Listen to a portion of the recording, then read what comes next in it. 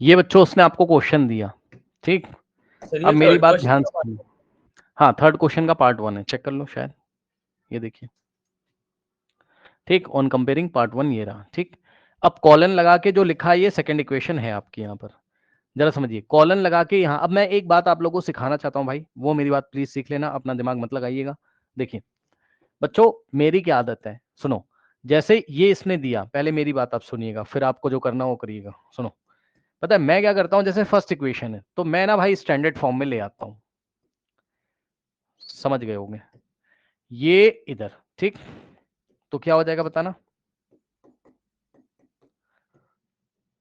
और इस इक्वेशन को भी मैं स्टैंडर्ड फॉर्म में ले आऊंगा, समझ गए होगे।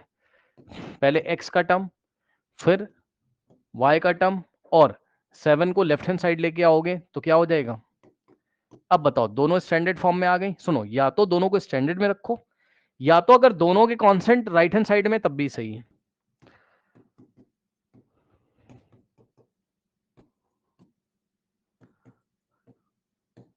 ये भी सही है, लेकिन अब जो करने जा रहा हूं वो गलत है। मान लो किसी बच्चे ने ऐसा कर दिया, क्या किया, 3x प्लस 2y है ना, 5 को तो गलती से, मतलब इधर ये ऐसे ले आके दिखा रहा है फर्स्ट इक्वेशन, और सेकेंड इक्वेशन का रिप्रेजेंटेशन ऐसे कर रहा है। अब गलत हो जाएगा सवाल आपका, ऐसा नहीं करना है। सीख गए हो या नहीं, जल्दी से बताओ। Yes sir, yes sir. क्या सीखा, कि या तो दोनों कांस्टेंट राइट हैंड साइड में ही होने चाहिए, या तो दोनों कांस्टेंट सी वाले टर्म्स लेफ्ट हैंड साइड में ही होने चाहिए, ठीक। चलो अब मैं डायरेक्ट कर रहा हूं, तैयार रहिएगा। a1 बाई a2, a1 3 और 2, a2 2, ठीक। b1 बाई b2, b1 2, और ध्यान से सुनिएगा, b2 कितना है, -3 है। और एक बात और सुनिएगा, जो लोग कंफ्यूज रहते हैं, बेटा माइनस नीचे से उठा के आप ऊपर भी लगा सकते हो, कोई दिक्कत नहीं है। और चाहो तो आप 2/3 के सामने भी लगा सकते हो, कोई दिक्कत नहीं, -2/3, ठीक। अच्छा, अब चेक करने की जरूरत ही नहीं मेरे ख्याल से, मानते हो कि नहीं बताओ। यस सर, नॉट इक्वल आ गया।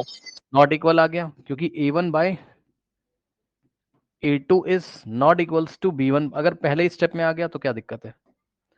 तो यस, सिस्टम कैसा है बोलो।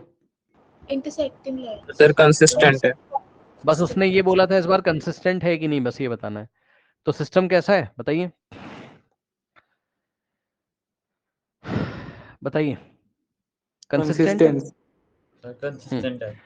तो सिस्टम कंसिस्टेंट है। लेकिन अगर वो बोल देता कि भैया ये बताओ कंसिस्टेंट में कैसा है वो, तो बोलते यूनिक सॉल्यूशन वाला है, इंटरसेक्टिंग वाला है। मानते हो कि नहीं, जल्दी से बताओ, ठीक। यस भाई यस सर। कंसिस्टेंट के दो केस थे ना, भूल गए हो क्या, यही तो पूछेगा आपसे एग्जाम में। अभी तो उसने बस ये बोला कि कंसिस्टेंट है कि नहीं ये बताओ, या इनकंसिस्टेंट है ये बताओ। तो लेकिन अगर वो डिटेल में पूछ लेता कि कंसिस्टेंट में कौन सा केस है, पूछ सकता था, which case of consistent exist. तो हम बोलते कंसिस्टेंट में कौन सा केस है, इंटरसेक्टिंग, और ग्राफ कैसा बनेगा, इंटरसेक्टिंग और यूनिक सॉल्यूशन का केस है, एक ही सॉल्यूशन आएगा, क्योंकि दोनों लाइन एक ही पॉइंट से पास करेंगी।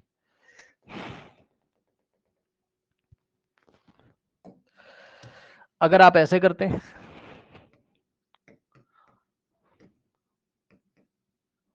कर लोगे ना, क्या ही बताऊं इसमें, किसी और क्वेश्चन में बताऊंगा ये बात, यस हो सर। जाएगा, क्योंकि इसमें C1 बाय C2 वाला कॉन्सेप्ट नहीं आ रहा है ना। अब मैं पार्ट 2 को यहीं पे कर रहा हूं, थोड़ा सा ध्यान से चेक करिएगा। इसका भी कॉन्सेंट राइट में लिखा है, इसका भी, ठीक है, कोई दिक्कत बताओ। चलो A1 bye no A2, sir. Part 2 कर रहा हूं, पार्ट 2, 2/4 कटने के बाद कितना आएगा, 1/2, B1 बाय B2, B1 कितना है -3, और B2 कितना है -6, माइनस से माइनस कटेगा, 3/6 1/2 होता है, ठीक। अब बड़ी मजेदार चीज है, सुनो। एक बच्चे ने क्या बोला, एक बच्चे ने बोला सर इसको स्टैंडर्ड फॉर्म में ले आओ। मतलब बच्चे ने ऐसे किया, 2x माइनस 8y, और 8 को लेफ्ट में लेके आओगे तो -8 और इक्वल टू में 0। Second equation 4x minus 6y, और 9 को लेफ्ट में लेके आओगे तो -9 इज इक्वल टू 0, ठीक। अब सुनिएगा बच्चों ध्यान से, यहां पर अगर C1/C2 निकालता तो कितना आता? -8/9 -9। तो माइनस से माइनस कटता और 8/9 ही आ जाता। बोलो बोलो बोलो, 8/9 ही आता। बोलो, ठीक। और यहां पर अगर आप निकाल रहे हो, ये डायरेक्टली अगर आप निकाल रहे हो C1/C2 दोनों कांस्टेंट राइट हैंड साइड में, तो डायरेक्ट भी आप निकाल सकते हो। इसको डायरेक्ट C1 ले लो साइन के साथ और इसको C2 ले लो। समझ गए? अब सुनो, मान लो यहाँ -8 लिखा होता राइट हैंड साइड में, तब भी हम क्या लेते हैं? -8/9 ले लेते हैं। समझ गए? कोई डाउट है बताइए? No sir. नो सर एक बार दोबारा बता दो ये। हाँ, मैं ये कह रहा हूं कि अगर दोनों कांस्टेंट राइट हैंड साइड में ले, अभी इसकी प्रैक्टिस कराऊंगा, रुक जाओ। अगर दोनों कांस्टेंट राइट हैंड साइड में ही हैं तो आप डायरेक्ट कर सकते हो C1/C2। C1 इसी को लिख लो और C2 इसी को लिख लो, ठीक। अब एक क्वेश्चन देता हूँ ऐसे ही, बस बेवजह इसी क्वेश्चन को मॉडिफाई कर रहा हूँ। 2x - 3y is equals to -8, ठीक। और 4x - 6y is equals to 9 बस लिखा हुआ है। अब मुझे बताओ C1/C2 कितना लेना पड़ेगा? -8/9। पहले बताओ दोनों सही लिखी हुई कि नहीं, ये बताओ पहले। सर हाँ। गलत लिखी। स्टैंडर्ड फॉर्म में नहीं है क्यों सर। गलत किस लिए गलत लिखी भाई? किस लिए गलत लिखी? फिर क्योंकि सर 8 + 8 बन जाएगा और 9 - 9 बन जाएगा। ठीक तो है बिल्कुल, बस कांस्टेंट इसका भी राइट हैंड साइड में, इसका भी। तो साइन से क्यों परेशान हो यार? चुपचाप C1/C2 खत्म। आया? बहरहाल अभी हम लोग ये वाले क्वेश्चन में थे, तो हम डायरेक्ट भी कर सकते हैं। और अगर तुम्हें ज्यादा समस्या है तो भाई लेफ्ट हैंड साइड में लाके स्टैंडर्ड फॉर्म में लाके फिर कर लो, ठीक। अब मुझे ये बताओ बच्चों कि A1/A2 तो B1/B2 के इक्वल है।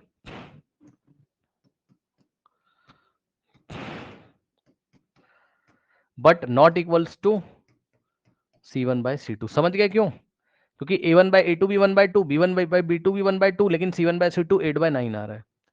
तो A1/A2 is equals to B1/B2 is not equals to C1/C2। कौन सा केस है? Sir inconsistent. तो सेकंड वाला क्या आ गया आपका? Sir inconsistent parallel. इनकंसिस्टेंट, और अगर डिटेल में पूछता तो लाइन्स आर पैरेलल। हो जाएगा? नेक्स्ट करें? Yes sir.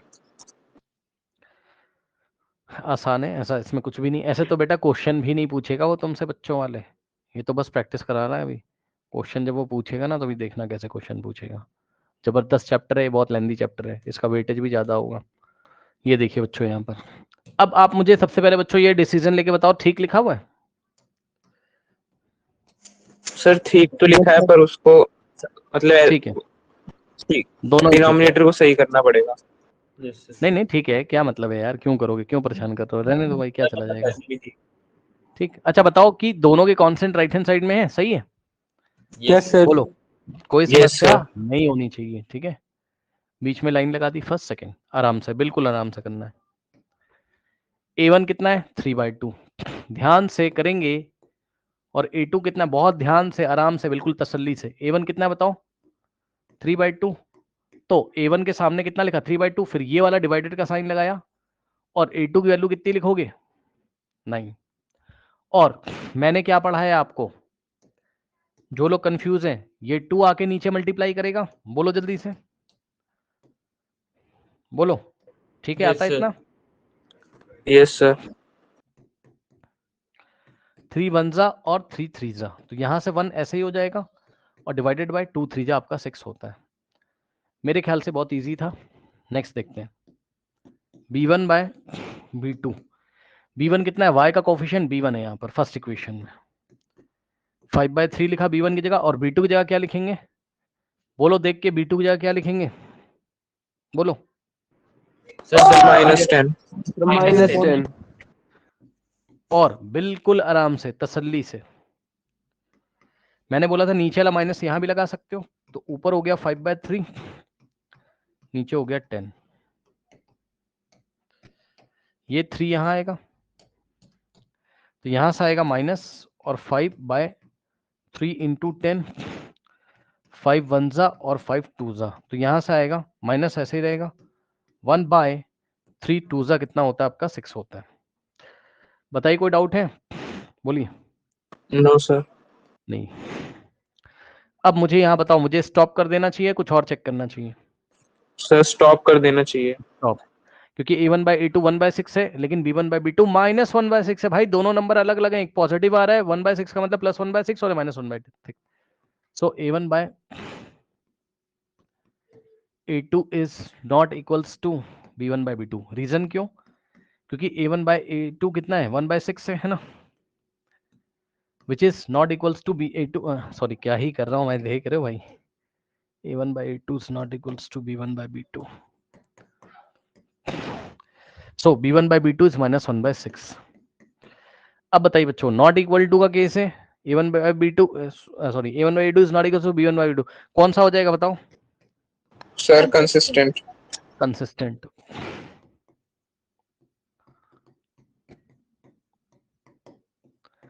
और डिटेल में पूछेगा तो यूनिक सॉल्यूशंस है and lines are intersecting. Line एक सिंगल पॉइंट पे इंटरसेक्ट करेगी और सिस्टम का एक ही सॉल्यूशन होगा, मतलब जो सॉल्यूशन इसका होगा कॉमन वही इसका कॉमन होगा। धोखा देखो दे दिया, धोखा। धोखा देखा है कभी? आप मुझे ये बताओ कि पहले सही लिखा है कि नहीं, पहले ये बताओ सही लिखा है कि नहीं? सर सही लिखा है। बिल्कुल सही लिखा है, बिल्कुल सही लिखा। अब धोखा दे दिया उसने।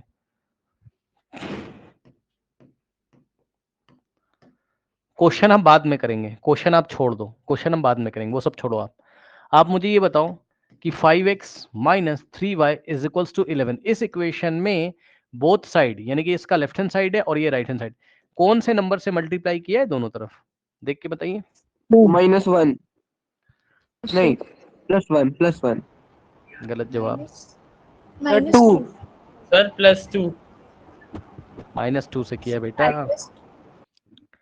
वो लड़की सही बता रही बच्ची। अच्छा, ओ -2 से इधर सॉरी, किया और -2 से -2 से इधर किया, ठीक।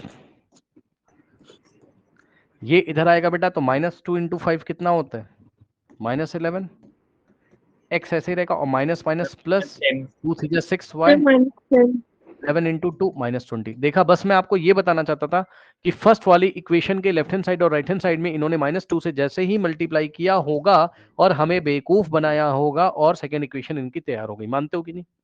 और मैंने क्या सिखाया था कि जब भी फर्स्ट इक्वेशन में किसी नंबर से मल्टीप्लाई करने पर सेकंड वाली मिल जाती है तो दोनों इक्वेशन अलग अलग सर इक्वेशन नहीं होती हैं, वो सेम ही होती है। मैंने कोइंसिडेंट कैसे? का केस होता है। हाँ, कोइंसिडेंट का केस हो जाएगा अब, लेकिन हम लोग ऐसे शॉर्ट ट्रिक नहीं लगाएंगे, हमें करके दिखाना पड़ेगा। सिस्टम कंसिस्टेंट है, कोइंसिडेंट है और इनफाइनेटली मेनी सॉल्यूशन वाला केस यहां पर है, ठीक। अब लेकिन हमें तो करके दिखाना भाई, हमें तो करके दिखाना पड़ेगा ना भाई एग्जाम में। तो जरा ध्यान दें स्टूडेंट्स, यहां पर देखिए a1 बाय a2, a1 कितना है 5 और a2 कितना है -10। और बच्चों 5 वन दा 5 टू ज़ा, लेकिन मैंने आपको बताया नीचे वाला माइनस यहां भी लगा सकते हो आप, ठीक। c1 बाय c2 सॉरी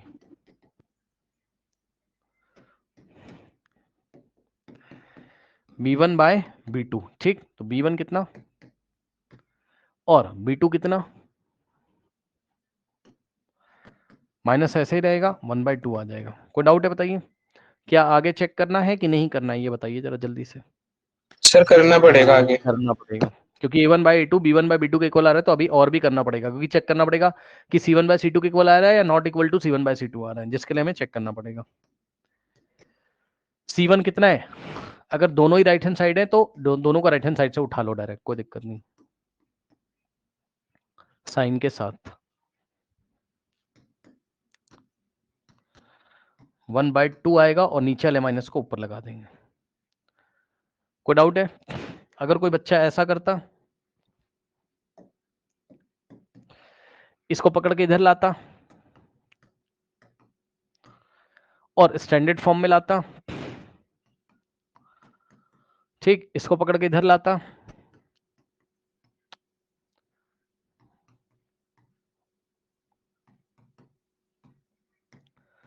तो इस बच्चे का c1 बाय c2 कितना आता? सर -11/22। लेकिन आंसर तो वही आता ना, माइनस तो ऐसे ही आता और 1/2 आपका आ जाता। कोई डाउट है बताइए, बताइए। सर पिछले वाले क्वेश्चन में कंसिस्टेंट था और सर जो पिछला वाला क्वेश्चन था वो पता नहीं कहाँ गया। हाँ बताओ। कंसिस्टेंट था, यूनिक सॉल्यूशन था। Yes sir. Line are intersecting.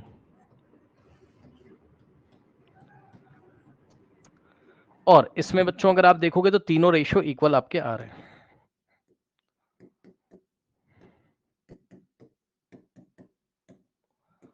तीनों -1/2 के इक्वल आ रहे हैं, तीनों आपस में यहाँ इक्वल है। अब बताइए सिस्टम कैसा है, कंसिस्टेंट और कौन सा वाला सिस्टम है ये, कौन सा वाला है? कोइंसिडेंट। Coincident हाँ, lines. इनफिनिटली मिनी सॉल्यूशन वाला है ये। आगे बढ़िए, पहले बताओ ठीक लिखा है? ठीक लिखा है? Yes sir. Yes sir, yes sir. ठीक तो है। चलो तो बच्चों A1/A2 बहुत जल्दी से देखिएगा। A1 की वैल्यू कितनी है? 4/3 ऊपर लिखेंगे और नीचे A2 की वैल्यू कितनी है? 2। और आपको पता है कि ये धीरे से नीचे आ जाएगा, तो यहां से हो जाएगा 4/3 × 2, तो 4/6। और चाहो तो ऐसे ही काट देते, क्या ही दिक्कत हो जाएगी। 2 1 एंड 2 2 2/3 यहां से आ गया। उसके बाद B1/B2, B1 कितना है और B2 कितना है बताओ, चेक करें कि नहीं? चेक करें कि नहीं? सर करेंगे। करेंगे। सर करेंगे सर। C1 कितना है और C2 कितना है? 4 का टेबल, 4 2 एंड 4 3। सर ये क्या भी आ गया सेम ही है। बताओ? हाँ 2/3। यस।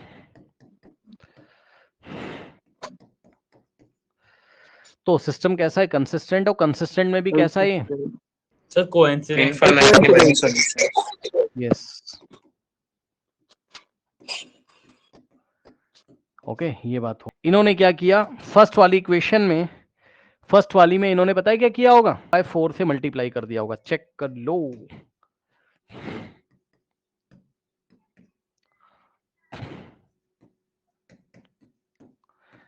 इन्होंने फर्स्ट वाली इक्वेशन में किससे मल्टीप्लाई किया होगा?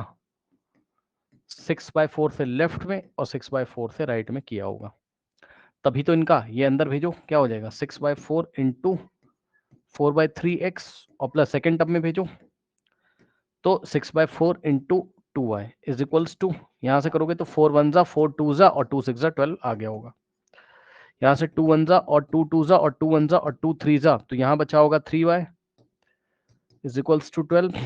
यहाँ 4 से 4 गया होगा, 3 1 3 2 2x। देखा, समझ गए ना गेम क्या चल रहा है? ये वाले में इन्होंने 6/4 से मल्टीप्लाई किया होगा, ठीक है, तो इनके पास ये वाली इक्वेशन बन के आ गई होगी। तो किसी इक्वेशन में अगर हम दोनों side, right hand side left hand side, किसी सेम कांस्टेंट नंबर 6/4 या किसी से मल्टीप्लाई करें तो उस पर फर्क नहीं पड़ता है कि जो भी नया फॉर्म बनेगा वो पुरानी वाली ही होगी, बस देखने में अलग से लगती है। सर ये हर सिस्टम ऑफ इक्वेशन के लिए है जो कोइंसिडेंट। यस